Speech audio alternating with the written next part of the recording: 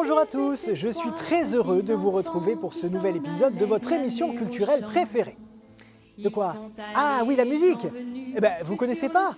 Bon, c'est une comptine qui raconte l'histoire de 3 enfants assassinés par un boucher et ressuscités 7 ans plus tard par Saint Nicolas. Ah oui, le très célèbre Saint Nicolas qu'on fête dans beaucoup de régions de France le 6 décembre, le patron des enfants à qui il distribue des cadeaux et des friandises s'ils ont été sages et qui envoie le père Fouettard à ceux qui ont été un peu trop turbulents. Et il faut savoir qu'en Alsace, en Lorraine, dans tout le nord de la France, mais aussi en Allemagne, aux Pays-Bas, en Croatie, en Pologne par exemple, la Saint-Nicolas est même plus importante que Noël. Alors que pour beaucoup de Français, les cadeaux c'est le 24 décembre avec le Père Noël et puis c'est tout. Bon, tiens, puisqu'on en parle, j'ai besoin de votre avis là. Regardez bien. Qu'est-ce que vous dites de ça? Vous ne trouvez pas qu'il y a quand même une très forte ressemblance? Eh bien, moi, je dirais même plus, il y a une filiation évidente. Et justement, cette semaine, je vous propose de découvrir pourquoi le Père Noël ressemble tant à Saint Nicolas. Faisons les présentations. Nicolas est né entre 250 et 270 après Jésus-Christ à Patara, au sud-ouest de l'actuelle Turquie. Issu d'une famille de riches chrétiens très pieux, il hérite d'une grande fortune quand ses parents meurent, alors qu'il n'est encore qu'un jeune homme. Et plutôt que de profiter de cet argent, il décide de tout distribuer aux pauvres de sa communauté. C'est un donateur attentionné qui laisse des pièces d'or sur le pas des portes ou qui les jette par la cheminée des maisons. Après un pèlerinage en Terre Sainte, Nicolas succède à son oncle en tant qu'évêque de Myre et accomplit plusieurs miracles associés à des enfants. Il meurt, dit-on, un 6 décembre, aux environs de l'an 345, et laisse derrière lui de nombreuses légendes relatives à sa grande générosité et à son attention aux enfants. Et voilà comment, depuis le XIIe siècle, on raconte que pendant la nuit du 5 au 6 décembre, Saint Nicolas passe de maison en maison pour demander aux bambins s'ils ont été sages et leur offrir des cadeaux si c'est le cas.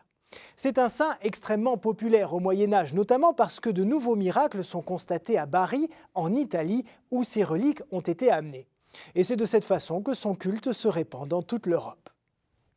Mais au XVIe siècle, la réforme protestante abolit la Saint-Nicolas dans plusieurs pays, sauf si elle est laïcisée, comme ce fut le cas en Hollande.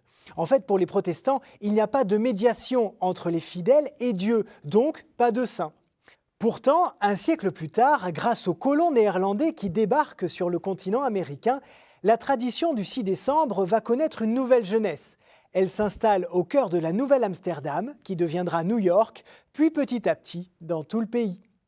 Et entre la proximité de cette fête avec la nativité et le symbole de ce saint protecteur des enfants, il n'y avait qu'un pas à franchir pour associer la naissance du Christ et Saint Nicolas. Au fil du temps, c'est donc le 24 décembre que Santa Claus, comme on l'appelle là-bas, dépose des cadeaux dans les maisons.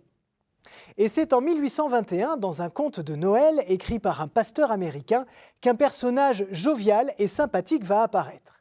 Il ressemble physiquement à Saint Nicolas sans trop vouloir le dire, il distribue lui aussi des cadeaux aux enfants, mais la crosse du saint est simplement remplacée par un sucre d'orge, sa mitre par un bonnet à grelots et son âne par des rennes.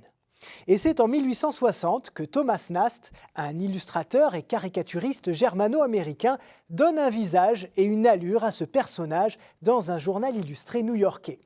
Il est dodu, avec des joues bien rondes, rougies par le froid et recouvertes par une longue barbe blanche, et il est tout de rouge vêtu avec un grand ceinturon de cuir. Un sosie presque parfait de Saint Nicolas, qui s'inspire un peu aussi, il faut le dire, de vieilles divinités nordiques. On connaît la suite, dans les années 30, Coca-Cola reprend le personnage à son compte et finit d'asseoir sa renommée à travers le monde. Vous voyez donc que le Père Noël est en réalité totalement inspiré de Saint Nicolas, chose que certaines régions et pays n'ont heureusement pas oubliée. Voilà, chers amis, c'est fini. Je vous remercie infiniment pour votre fidélité et je vous dis à très bientôt sur KTO. Ciao!